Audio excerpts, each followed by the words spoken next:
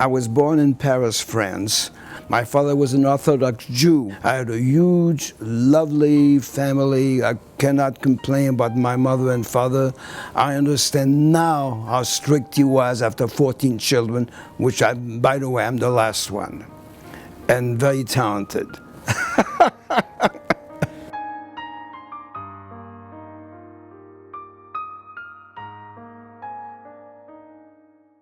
When I was a child, nothing bothered me, unfortunately. Hitler took over in 1933, first in Germany, and then practically trying all over Europe. And our life changed when the Germans occupied France. It was like night and day. Suddenly, in 1941, we Jews had to register as Jews.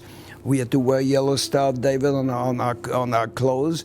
We were not allowed to be in show business. We were not allowed to be in the street after 8 p.m. Otherwise, you'll be arrested and sent somewhere. The only thing we did not know is extermination camps. Our apartment house in 1941, they arrested the Polish or the people who were not French citizens. And then in September 1942, they arrested everybody else in the house. And it was life changed completely. We were sent into cattle cars, and we traveled for 3 days and 2 nights. We arrived to a place called Otmut. And there they opened the wagons, and suddenly the SS are there screaming their head up, hitting the people, asking the men to sit on the ground. And I was 16 at that time, I looked like 12. I joined the men on the ground. And there's an SS who passed by, he looked at my young face and said, "Back on the train." And I was helping people to get some water because we didn't have anything to drink for 3 days. And there's another SS who passed by and said, "You, out!" And hitting me, of course. Before that, the first time I jumped off the train, my mother said the most remarkable thing. She said, "Behave." She knew me, probably as a brat, and she said, "Behave. Do what I tell you to do."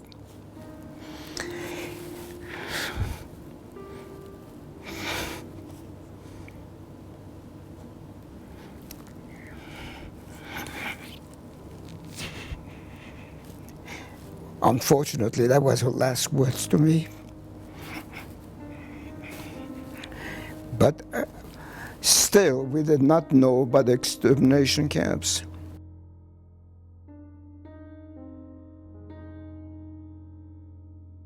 Fortunately for me, what saved me in all these years, practically 3 years, I entertained.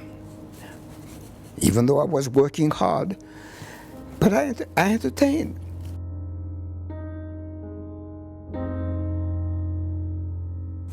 Like all people who survived the camps, when the Russians started to occupy Poland and coming to Germany, the Germans evacuated the camps.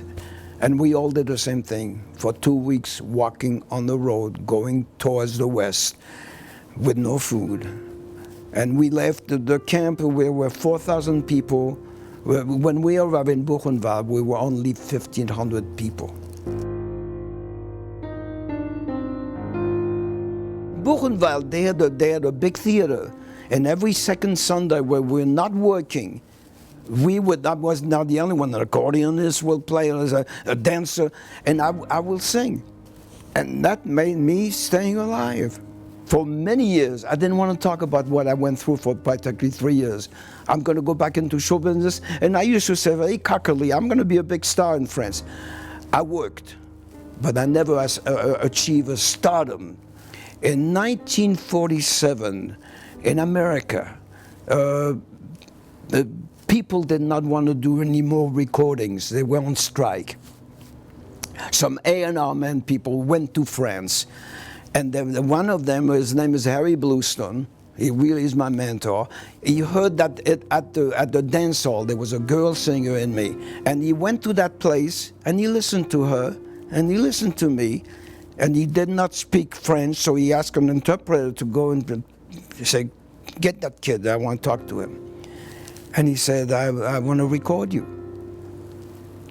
for America? Me recording? One was called Put Your Shoes on, Lucy. The other one was Johnny, Get Your Girl. 6 months later, Harry Blueson calls me and says, "You're a big hit in America. It's on a billboard and everything. And I want you to come to America." I said, "Yeah, fine." And I don't regret coming here. I had a wonderful life. I was introduced to my wife by Merv Griffin. I knew her for 15 years before we got married, and we were married for 32 years. She died in 1997. Her daughter, and vice versa. I love being in show business. I mean, Hogan Zeros was a fluke. My agent said, "Why don't you go and see Ed Feldman? He's going to produce a pilot. Go and see him. It's about prisoner of war." And I went to see him, and he looked at me and said, "I know who you are. I don't want you to read for me. You want the part? It's yours. I don't know if it's going to be big or small, but it's yours." And I said yes. And I'm lucky I did say yes, because people still remember Hogan's Heroes. I talked about the Holocaust for 20 years, and they always ask me the same question. I say, listen to it. Hogan's Heroes was not in a camp. It was a prisoner of war, a stalag, which means soldiers don't have to go to work. If they want to stay in a camp, then they can. They're not being sent to the gas chambers. It's a very different life. And it was a very good comedy. I saw a documentary about a woman who was in Auschwitz and how she survived. And I said, because I never wanted to talk about my experiences in the camp.